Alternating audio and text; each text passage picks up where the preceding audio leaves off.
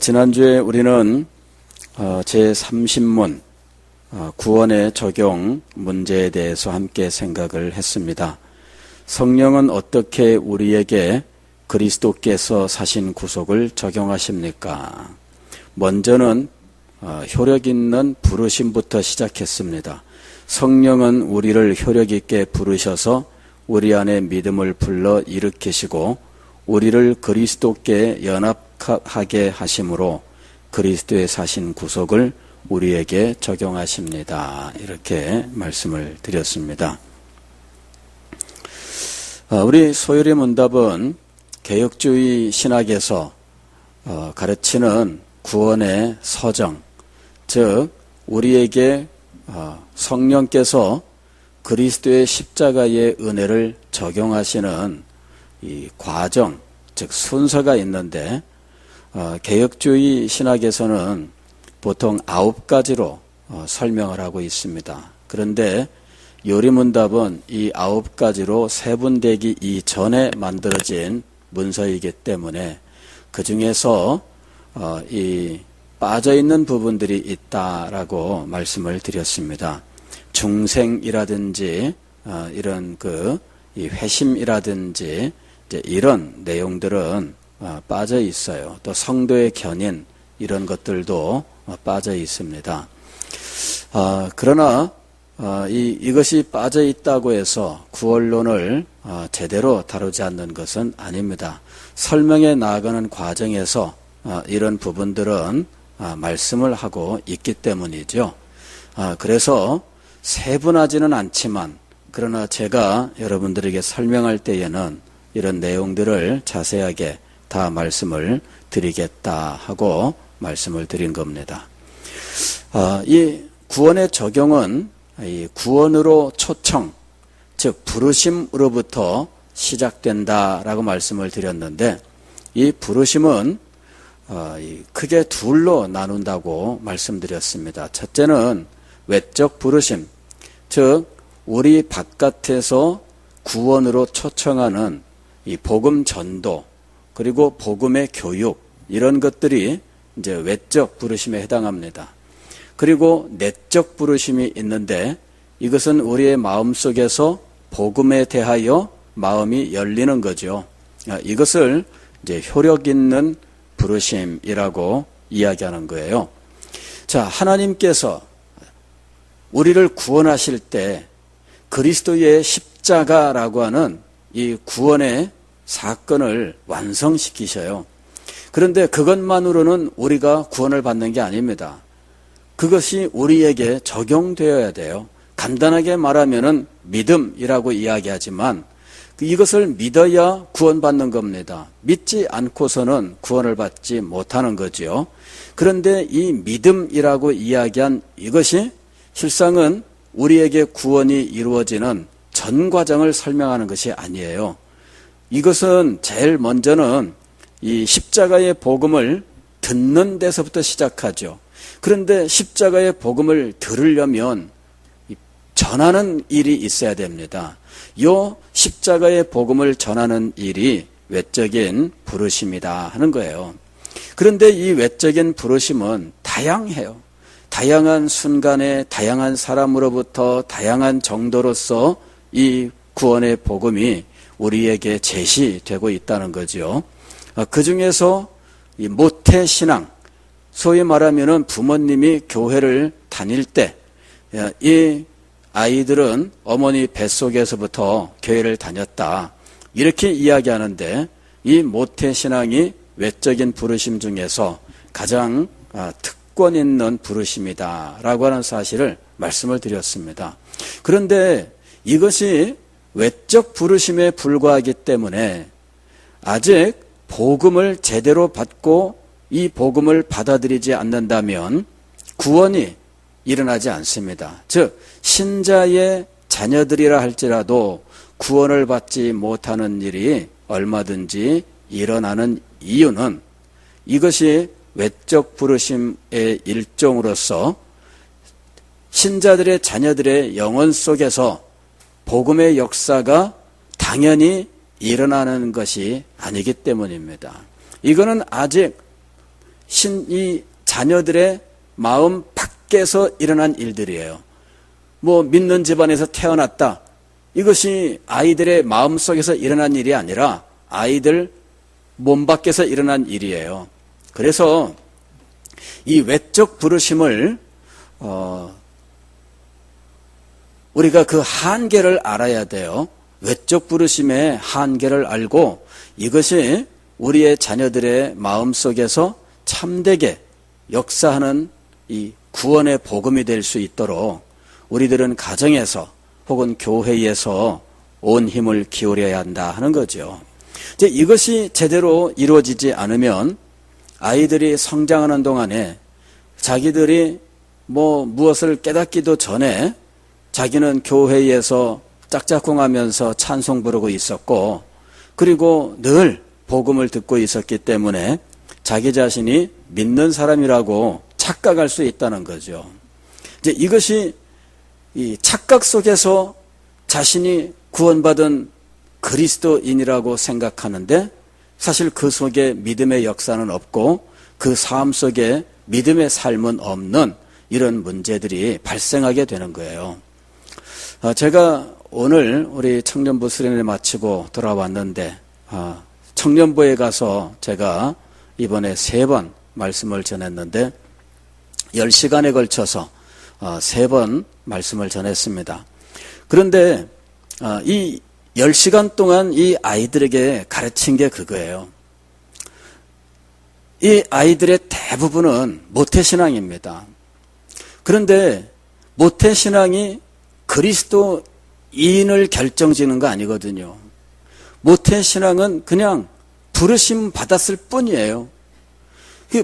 그 부르심이 자기의 것이 되려면 응답이 있어야 되잖아요. 이건 자기가 응답을 해야 되는 거예요. 그래서 20년 넘게 이 복음을 듣고 늘 그 안에 살았기 때문에 자기는 의심하지 않고 그리스도인이라고 생각을 해요.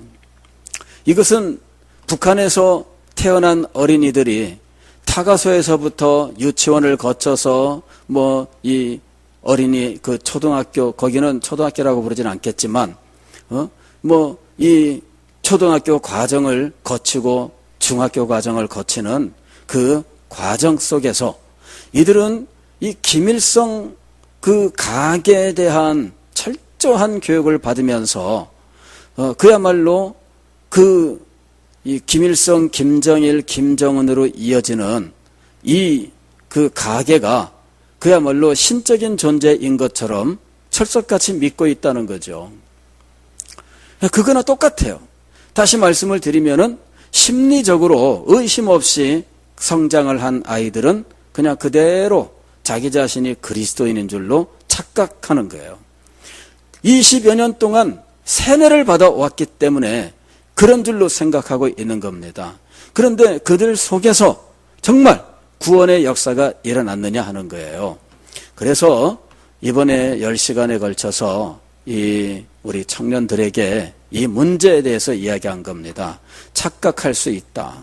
세뇌당해서 그런 줄로 알지만 참으로 그 속에서 복음이 역사하지 않고 생명의 은혜가 역사하지 않는 이런 일들이 얼마든지 일어날 수 있다. 나중에 자기의 영혼의 상태에 대해서 제대로 분별하지 못하여 자신에 대하여 안심하고 있다가 자신이 영원한 멸망의 백성이 되어버리는 비극이 일어날 수도 있다라고 하는 것이죠. 굉장히 심각한 문제입니다.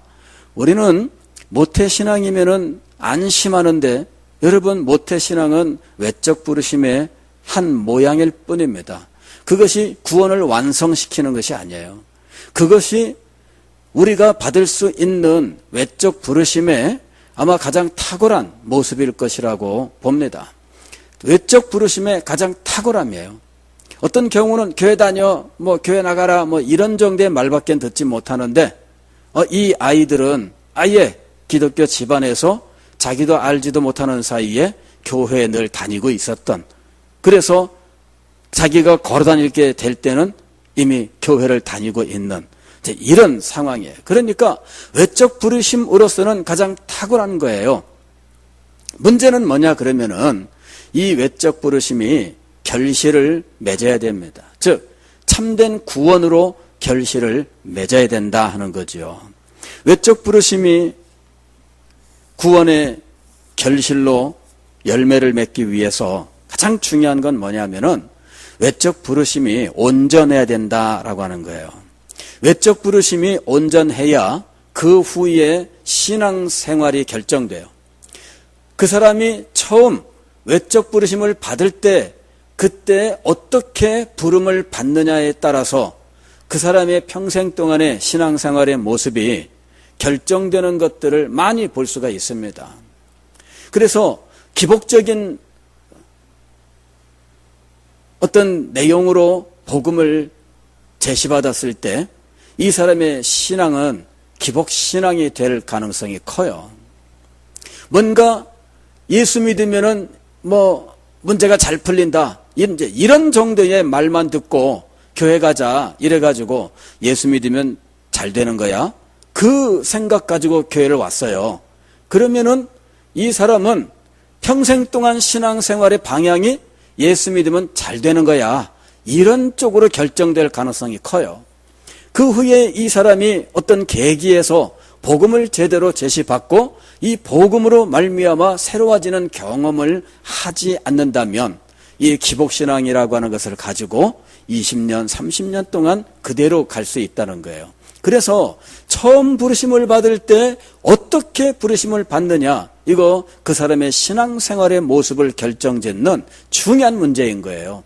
그 다음에 그렇게 왔다 할지라도 이 사람이 어느 순간인가 복음을 제대로 들을 수 있는 기회가 있어서 이 복음이 그 사람에게 온전하게 역사할 수 있었다면 얼마나 감사한 일인지. 그러나 그런 기회를 제대로 갖지 못한다면 교회는 꾸준히 나왔는데 산발적으로 복음을 듣는 거예요. 산발적으로 복음을 들으면 이 비어있는 부분들을 자신의 생각으로 채워 넣어서 마음대로 이 복음의 모양을 만들게 됩니다. 복음의 전부를 성경적으로 일목요연하게 전부를 가르쳐 줘야 되는데 산발적으로 듣는 거예요. 그러니 이것도 긴 시간에 걸쳐서 산발적으로 듣게 되면 복음에 대하여 나름대로 자기가 만들어가기 시작하는데 처음 자기가 부르심 받았을 때에 그때의 그 동기가 이 산발적으로 들었던 이 말씀들, 복음의 내용들을 조립하는 원리가 돼요. 처음 자기가 교회 나올 때의 동기가 산발적으로 들은 이 복음을 나름대로 이렇게 짜 맞추는 원리가 된다는 거죠. 그러니까 전혀 엉뚱한 모습으로 예수님을 믿게 되는 거예요. 왜 성도들에게 정말 예수 그리스도를 닮아가는 그 순수한 신앙의 모습이 찾아보기 어려우냐 하는 거죠. 그것은 이 여러 가지 문제가 있는데 처음 외적 부르심의 단계에서부터 문제가 되는 거예요. 외적 부르심의 단계에서 그냥 이 어떤 병들은 사람이 병 고치기 위해서 그거 하나 목표를 가지고 교회를 나오는 경우가 있습니다. 이 사람이 복음을 받아들일 때에도 병 고침이라고 하는 것을 기준으로 해서 이 복음을 짜맞추게 되어 있어요. 이것이 위주가 아니거든요. 교회 나올 때 동기가 위주가 아닙니다. 그런데 이것이 위주가 되어서 듣는 모든 말씀들을 자기가 교회 나올 때에 이 동기에다가 갖다가 이렇게 짜 맞추게 되거든요. 그러면 전혀 엉뚱한 모습이 되는 거예요. 이 사람이 복음을 제대로 제시받고 이것이 그 마음속에 참되게 역사하는 어떤 체험이 참되게 일어나지 않는다면 그는 계속해서 나름대로 자기 생각대로 듣는 말씀을 자기가 가진 원래의 생각에다가 갖다가 억지로 끼워 맞추는 이런 일들을 계속 하게 될 거예요. 이렇게 10년을 하게 되면 이 사람의 신앙은 그렇게 고착이 되어버립니다. 변하지 않는 거죠. 왜 성도들이 말씀을 듣는데 변화가 없느냐?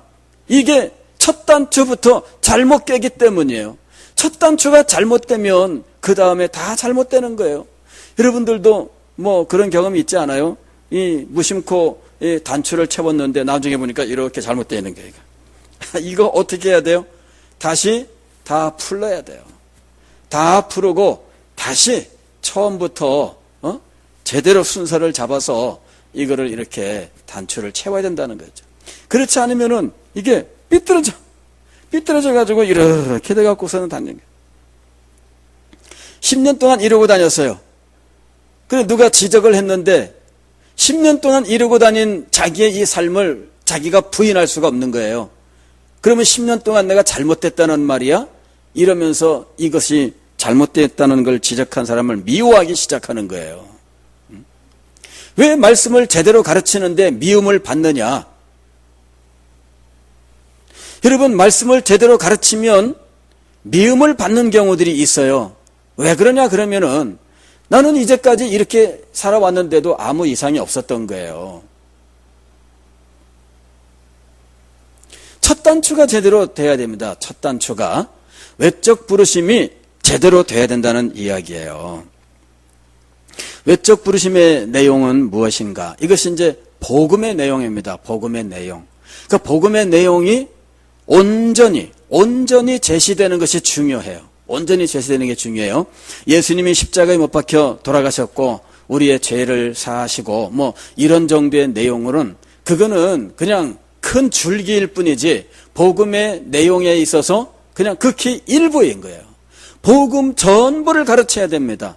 인간이 타락하게 되고 죄와 비참에 빠지게 된 것과 이것을 구원하고자 하시는 하나님의 구원의 계획과 그 구원의 계획 속에서 그리스도께서 이 땅에 오셔서 행하신 일과 그 모든 일들이 우리에게 어떤 역사를 이루는지 이것을 믿기 위해서는 자신의 죄를 회개하며 예수 그리스도 그 은혜를 의지해야 된다.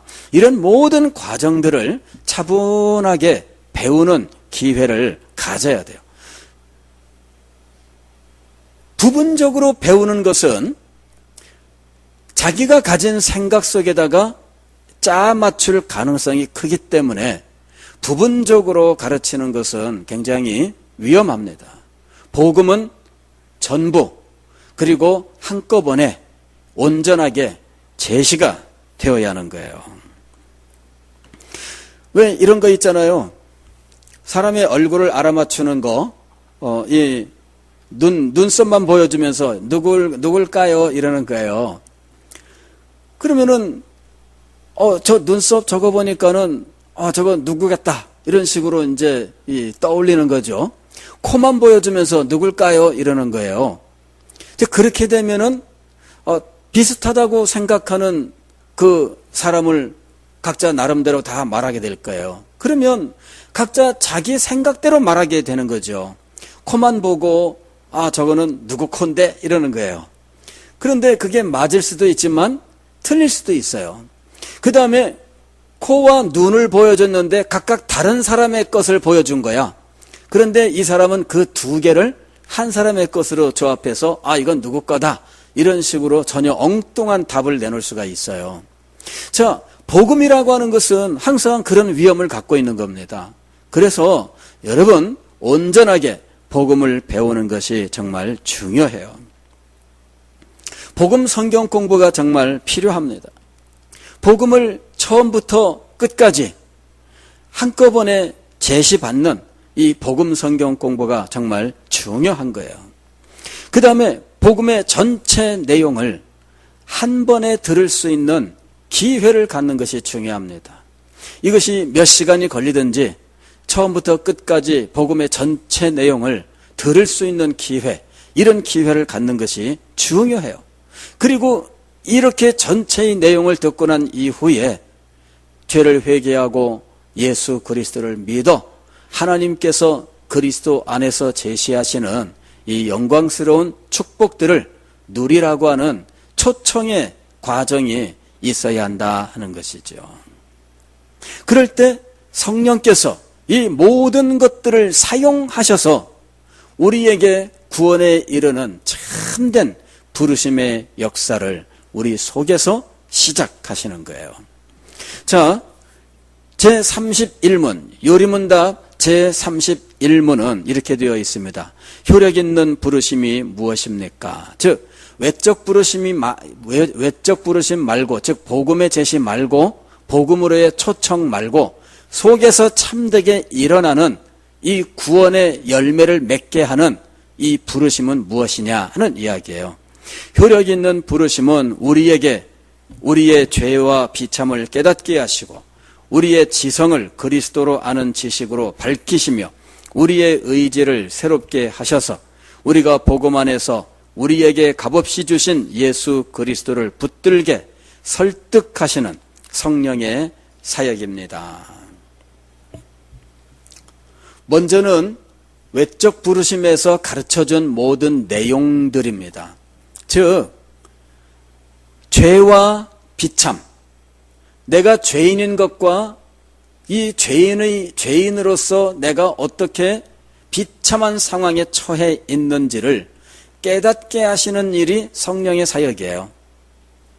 그런데 복음이 온전히 제시가 되었어야, 그래야 그렇게 해서 죄인이구나라고 하는 것을 알게 되는 겁니다. 그런데 이 복음이 온전히 제시가 되지 않았다면 반항이 일어나는 거예요. 내가 왜 죄를 지었는데 나는 법 없이도 살 수 있는 사람이야. 이런 식으로 말을 하게 되는 거예요. 나는 법 없이도 살 수 있는 사람이야. 나는 지금까지 횡단보도 그거 나는 빨간불일 때는 반드시 파란불일 때 건너갔고, 그리고 언제나 횡단보도만 이용했어. 이러는 거죠.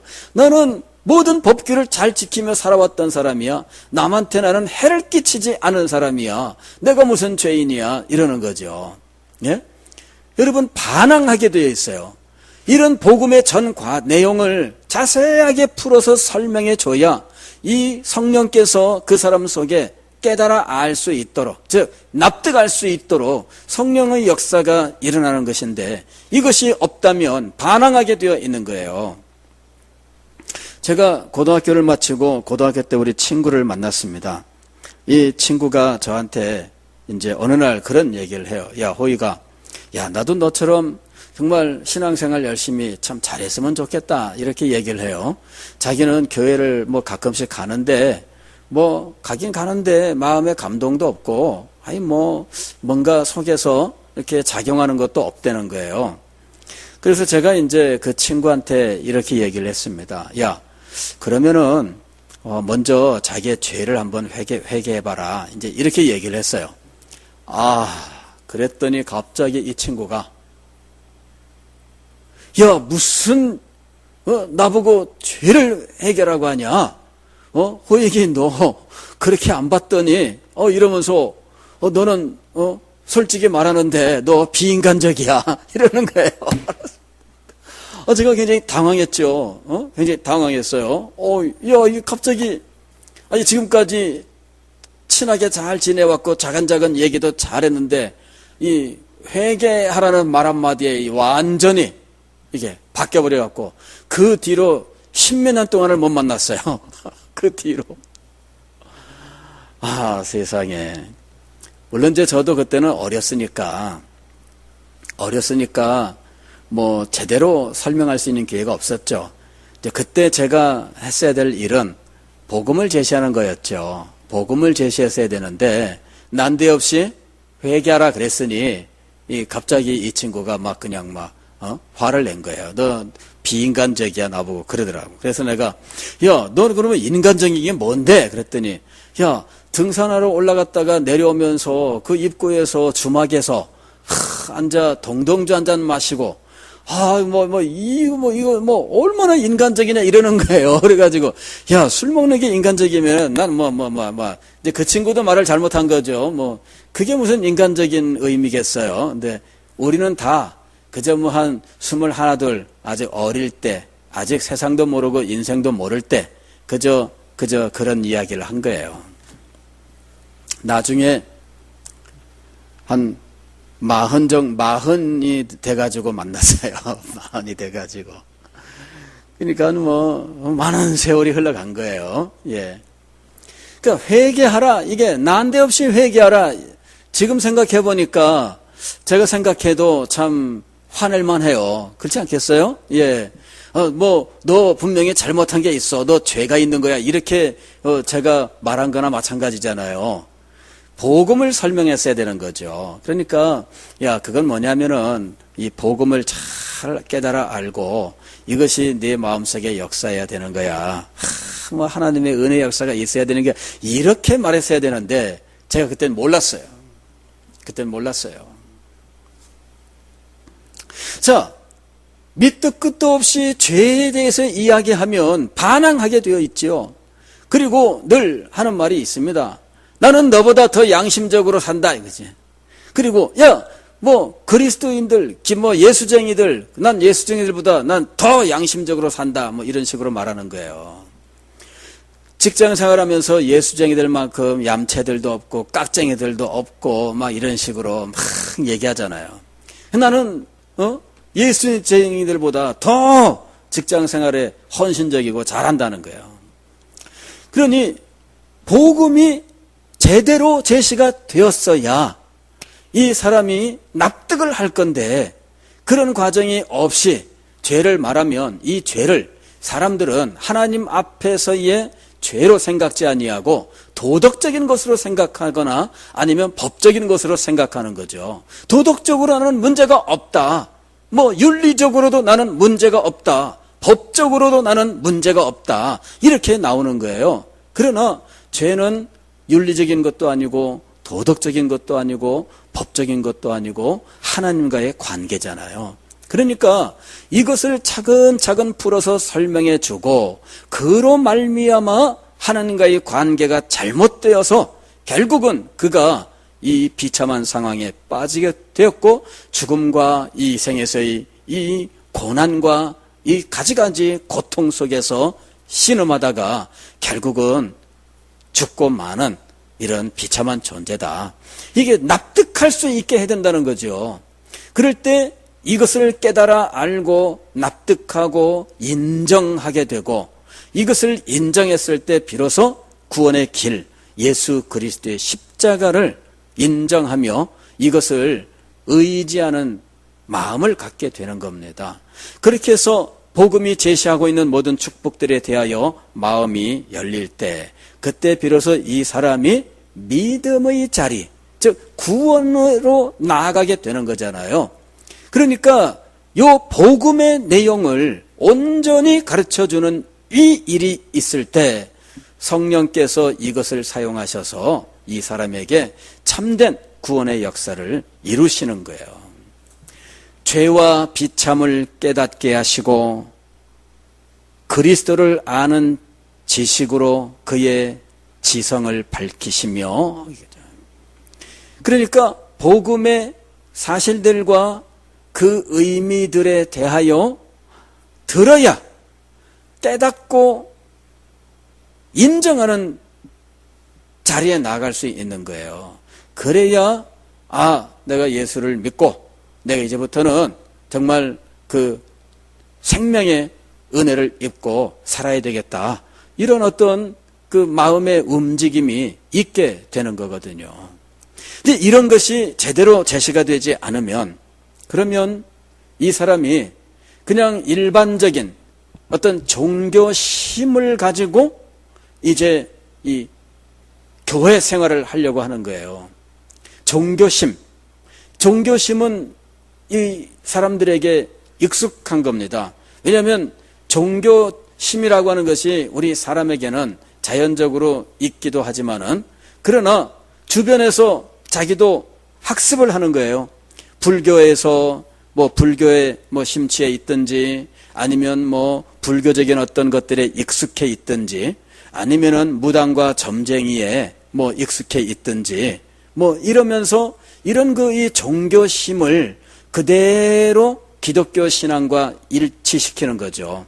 그러면은 교회에서 설교를 하고 말씀을 가르쳐도 그냥 의례 교회니까 그런 거고 기본적으로는 일반적인 종교 행위와 동일한 것으로 생각을 한다는 거죠. 복음이 제대로 제시가 되지 않고 복음을 제대로 듣고 깨닫는 과정이 없다면 그의 신앙생활은 종교심에 의한 것이 될 가능성이 큰 거예요. 왜 성도들이 변화되지 않을까? 저는 이제 이 성도들의 변화에 대해서 고민을 참 많이 합니다.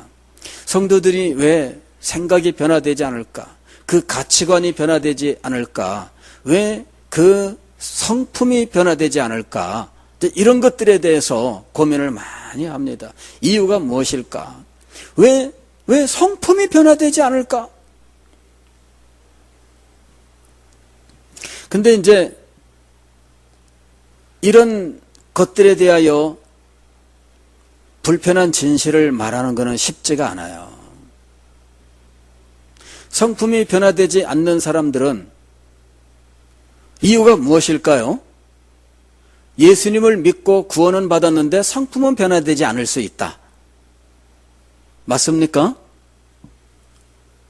성령께서 그 속에 새 생명의 역사를 이루셨고, 그래서 그 속에 영혼이 새롭게 살아나서 하나님 바라보며 그리스도의 십자가를 붙들고 살아가는데 성품의 변화는 일어나지 않는다. 여러분, 성경의 가르침을 우리가 따른다면 성품의 변화가 일어나야 돼요. 그렇죠? 예. 구원이라고 하는 것은 성령의 역사예요. 성령께서 우리 속에서 전혀 새로운 속사람을 만드시는 것이 이게 구원입니다. 우리 속에 전혀 새로운 속사람을 만드셨고, 이 속사람이 하나님의 말씀을 양식으로 삼고 성령의 은혜로운 역사가 계속 있어서 이 말씀이 그의 속사람을 날로 성장시켜요. 그럴 때 이 속사람은 하나님의 말씀의 가르침을 따라서 하나님의 뜻을 알고 하나님의 심정을 알고 하나님의 거룩하심을 알고 이런 것들을 닮아가지 않습니까? 결국은 그리스도의 장성한 분량에까지 성장하는 것이, 이것이 바로 속사람이 성장하는 참된 믿음의 모습이라는 것이죠. 근데 왜 우리는 성품의 변화가 없느냐 하는 거죠.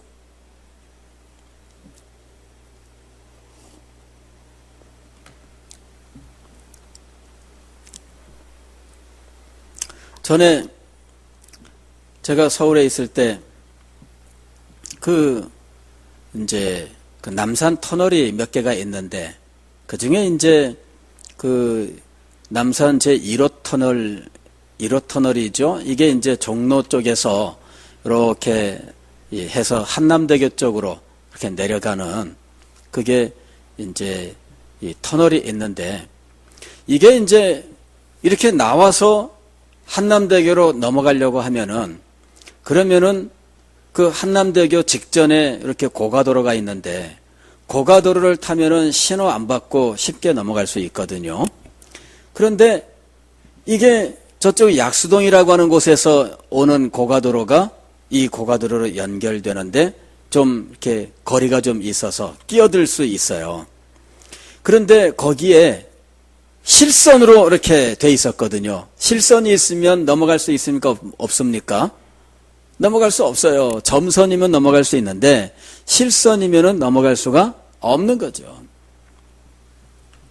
근데 차들이 거기 쭉 서가지고 다 끼어들게 해가지고 실선으로 넘어가서 이제 가는 거예요. 직진해서 신호등을 거쳐 가야 되는데 신호등을 안 거치고 바로 고가도로로 넘어가기 위해서 다 들어오는 거예요. 그랬더니 어떤 분이 하시는 말씀이, 저게 어느 땐가는 이제 점선으로 바꿔야 됩니다. 왜? 누구나 다 어기도록 그냥 놔두면 안 된다는 거죠. 거기는 교통 상황이 그럴 수밖에 없는데 누구나 다 어기도록 이렇게 놔두면 안 되고, 대부분이 다 그 길로 가면은 그것이 법이 되도록 바꿔야 된다는 거예요. 그 말을 듣고 참 일리가 있다. 그죠? 일리가 있다 생각했어요. 근데 그게 이제 세상의 법이에요. 그게 세상의 법이에요. 세상의 법은요, 어떤 절대적 기준이 있는 게 아니라 대다수의 생각이 어떠며 대다수의 삶이 어떠냐에 따라서 결정되는 거예요. 이게 세상의 법입니다. 다시 말씀을 드리면은 우리 법이 있어도요, 법의 해석이라고 하는 거, 최근에 우리가 헌법재판소에 헌법 소원을 제기하는 일들이 굉장히 많아졌습니다. 뭐뭘 해서 내가 이 법적으로 손해를 입었다. 헌법적으로는 내가 맞다. 이러면서 헌법 소원을 제기하는 거죠. 이 법이 틀렸다. 이러면서. 그런데 헌법 소원을 하는데 이제는 또 문제가 뭐냐면은 헌법재판소에 헌법재판관이 9명이 있는데 이 사람들이 헌법 소원을 심사해서 결정을 짓는데 투표를 하는 거죠, 결국은. 그래서 5대4가 돼야지만 이기는 거예요. 그래서 결국은 이것도 투표 싸움이다, 표 싸움이다 하는 것이 일반적인 상황이 되어 있어요. 절대적인 기준이 없는 거예요. 이게 하여튼 최소한 5대4는 돼야 되는 거예요. 5표는 얻어야 이게 이기는 거예요. 그러니까 지금은 이 재판관의 성향, 헌법재판소 재판관의 성향을 어떤 사람으로 할 것이냐. 우리 사람을 많이 심어야 된다. 이래가지고 헌법재판관 성향을 우리 측의 사람으로, 성향을 가진 사람으로 넣어야 된다. 그래야 우리가 유리하다. 이게 이제 세상의 법입니다. 이건 뭐냐면은 사람들이 대다수가 원하면은 그렇게 되는 거예요.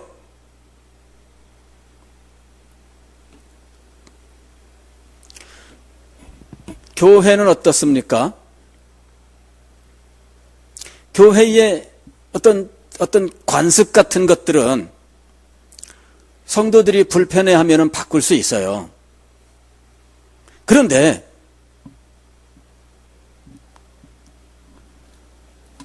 성경 말씀은 어떨까요?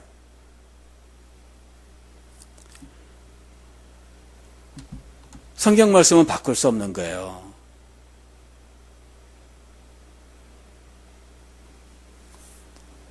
여러분, 우리가 성경을 기준으로 하고 있잖아요. 성경은 바꿀 수가 없습니다. 우리가 무슨 말씀을 하더라도 현대 그리스도인들, 이 교인들이 성향이 어떠냐에 따라서 교리가 결정되는 것이 아니고 성경이 어떻게 가르치느냐에 따라서 결정된다는 거예요. 그런데 성도들의 성향이 다 이 어떤 현대성으로 기울어졌을 때 성경의 말씀을 성경대로 가르친다면 성도들이 따라올까요? 따라오지 않을까요? 이게 최악의 시나리오입니다.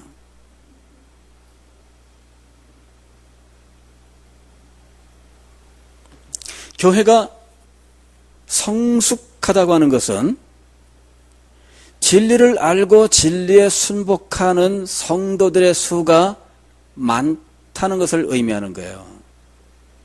진리를 알고 진리에 순복하는 성도들의 수가 소수고 그게 무슨 상관이 있는데 이러는 사람들이 다수가 된다면 여러분 그 교회는 심각한 질병에 빠진 거예요.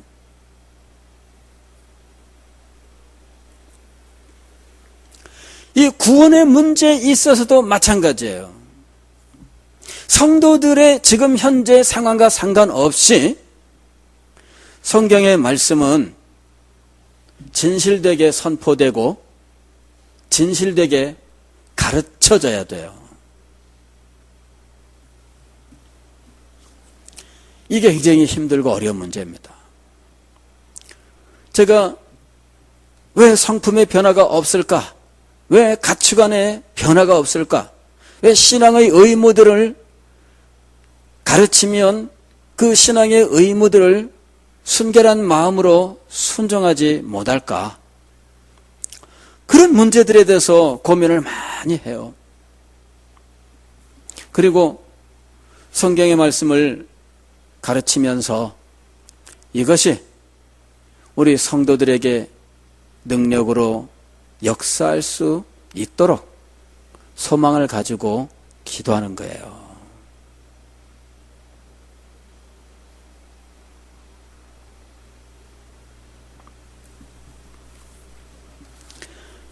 어려운 문제죠.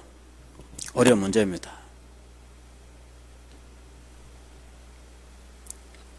복음의 진리를 온전하게 가르치고 이것을 붙들고 씨름을 하는 문제는 그 사람의 평생의 신앙생활을 결정짓는 아주 중요한 문제입니다. 왜 우리가 이 왜곡된 가운데 있을까? 이유는 복음을 제대로 받지 못한 채 자기 나름대로 복음을 재구성했기 때문이에요. 자기 경험, 자기 성품, 이런 것들로 하나님의 말씀을 자기 나름대로 짜맞춘 거예요. 분명히 믿음이 있는 것처럼 보이는데 세밀한 부분에 가면은 다 달라요. 시기하고 분쟁하지 말라 성경이 가르쳤는데 다 동의해요. 그러면서도 시기하고 질투하고 분쟁하는 거 떠나지 못하는 거예요. 그 왜 그럴까 이거죠.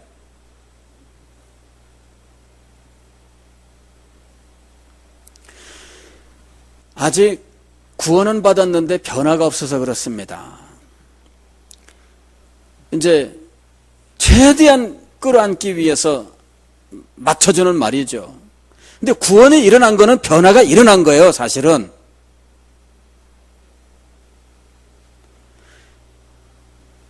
세밀한 어떤 것들에 있어서는 아직 배워야 되는 부분들이 있겠지만, 그러나 변화가 일어난 겁니다. 구원이라고 하는 것은. 그리고 기본적으로 이것이 내 뜻대로 하는 것이 아니라고 하는 이 사실만큼은 구원받을 때 이미 회개의 과정에서 다 깨달아 알게 되어 있어요. 왜 구원받을 때 회개가 일어나는지 아세요? 이게 변화를 이루기 위해서 회개가 일어나는 겁니다. 왜 우리가 죄를 회개합니까? 구원받을 때 왜 우리가 죄를 회개하고 눈물로 애통하면서 회개합니까? 이게 변화가 일어나기 때문에 회개하는 거예요. 구원은 변화입니다. 여러분, 회개 없이 구원이 일어날까요? 아닙니다, 여러분. 회개가 있어야 돼요. 회개가 일어나는 이유는 뭡니까? 왜 구원의 과정에서 반드시 회개가 있을까요? 그것은 이미 그에게 변화가 일어났기 때문이에요. 그에게 중생이라고 하는, 즉 거듭남이라고 하는 새 생명의 원리가 심어지는 이 결정적 변화가 이미 그의 영혼 속에서 일어난 겁니다. 그러니까 그 변화 때문에 그가 회개하는 거예요. 그러면서 회개를 통하여 그 변화를 자기 것으로 삼는 거예요.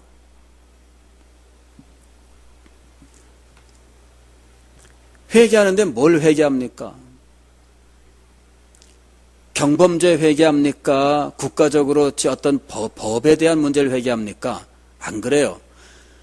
여기 있는 대다수의 사람들은 사실 무슨 법적으로 심각한 죄가 있어서 법적으로 그거를 회개할 필요가 없습니다.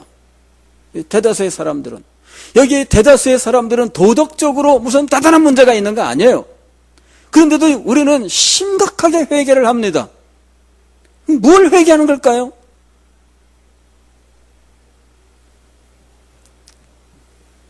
자신의 성품에 관계되는 것들을 회개하는 거예요. 성품에 관계되는 것들. 자신의 성품이 성격상 내가 이래서 다른 사람들에게 상처 주었던 것들에 대한 회개. 성격상 자기가 삶을 잘못 살아왔었다 그러는데 그런 부분들에 대한 회개가 집중됩니다. 그러면서 내가 다시는 이 죄를 범하지 않겠습니다. 그게 변화예요. 그게 변화입니다. 그래서 구원이란 이미 변화가 일어난 걸 말하는 거예요. 구원은 받았는데 아직 변화가 안 되는 것이 아니라 구원 자체가 변화입니다. 구원 자체가 변화예요.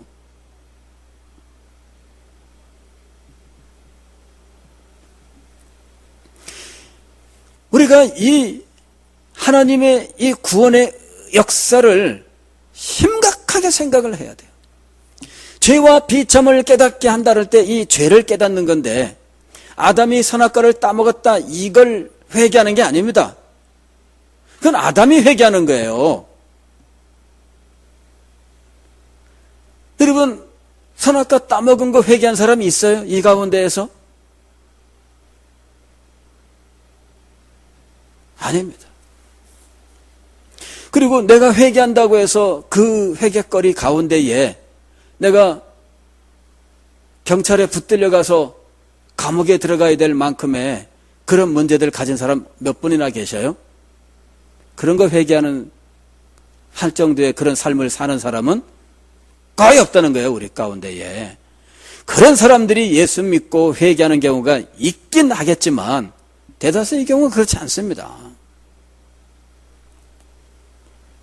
모태신앙으로 성장한 사람들은 회개거리가 없다는 식으로 생각하는 경향들이 있어요.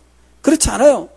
모태신앙으로 자라난 사람들도 성품상 다른 사람과의 관계 속에서 얼마나 수없이 많은 잘못을 행하면서 자기중심적으로 살아왔는데 회개거리가 없겠어요? 성령께서 그에게 빛을 비추면 그 모든 것들이 자기의 마음속에 심각한 아픔과 고통이 되고 통곡할 수밖에 없는 심각한 문제로 작용하는 거예요. 그런 것들을 회개하는 동안에 그는 자신이 이제까지 전혀 하나님의 거룩하심에 맞지 않는다. 그거를 절실하게 깨닫고 하나하나 회개하면서 자신이 이제부터는 그렇게 살지 않겠습니다. 그러면서 예수 그리스도의 십자가를 의지하는 거예요. 그러니까 구원은 변합니다. 성령께서 변화를 주시는 거예요. 그 사람의 생명을 변화시키고 그 생명은 자신의 이 변화를 통해서 이전에 자기의 모든 성품의 잘못, 자기의 생각의 잘못, 그로 인하여 인간관계에서의 잘못, 이런 모든 것들에 대하여 회개하면서 새롭게 살려고 하는 거죠. 여기 보면은 이렇게 되어 있어요. 효력 있는 부르심은 우리에게 우리의 죄와 비참을 깨닫게 하시고 우리의 지성을 그리스도를 아는 지식으로 밝히시며 우리의 의지를 새롭게 하셔서, 우리의 의지를 새롭게 하셔서, 바로 이거예요. 우리의 의지를 새롭게 하셔서. 자신에게는 선한 것이 없다는 것을 인정하고 이제부터는 내가 새로워져야 되겠다. 이 마음을 가지고 예수 그리스도를 붙드는 자리로 나아가도록 성령께서 역사하세요. 이런 의미 있는 변화가 그에게 일어나게 하시는 성령의 역사가 효력 있는 부르심이에요. 그러니까 복음을 제시하는 것과 의미 있게 이것을 받아 그 속에서 새롭게 되기를 원하는 마음으로 그리스도를 의지하고자 하는 이 과정, 이 전체가 성령께서 부르심이에요. 이것을 둘로 나눈다면 하나는 외적 부르심이고 하나는 우리 속에서 일어나는 효력 있는 부르심이 되는 거예요. 이 부르심을 통해서 비로소 우리는 구원의 발걸음을 떼기 시작하는 거예요. 그리고 최종 구원의 완성의 길까지 그리스도의 그 십자가의 길을 따라가게 되는 거예요.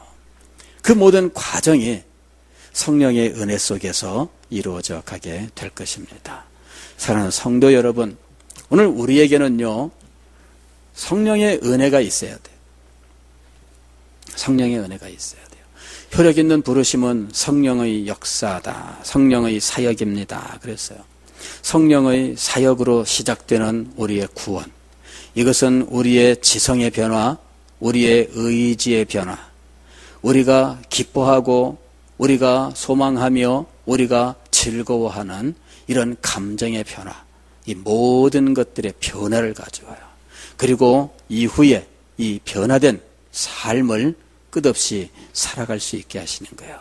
결국에는 그리스도의 장성한 분량에까지 우리가 성장하고 변화될 것입니다. 여러분, 변화돼야 돼요. 변화되지 않고 그 자리에 그대로 있는 거는, 그거는 옳은 게 아니에요. 성화의 과정은 변화의 과정입니다. 여러분, 최초 우리가 회개하면서 변화, 그것을 시작하지만, 그러나 이 시작된 이 변화의 과정을 끝까지 완성하게 하시는 하나님의 성령의 역사가 있습니다. 사랑하는 성도 여러분, 오늘 우리는 그 부르심부터 시작된 이 변화의 길들을 따라가면서 정말 그리스도의 영광의 자리까지 이르러서 우리 하나님을 가장 가까운 곳에서 섬기면서 주님을 기뻐하시는 우리가 될 수 있기를 주의 이름으로 축원합니다. 기도하겠습니다.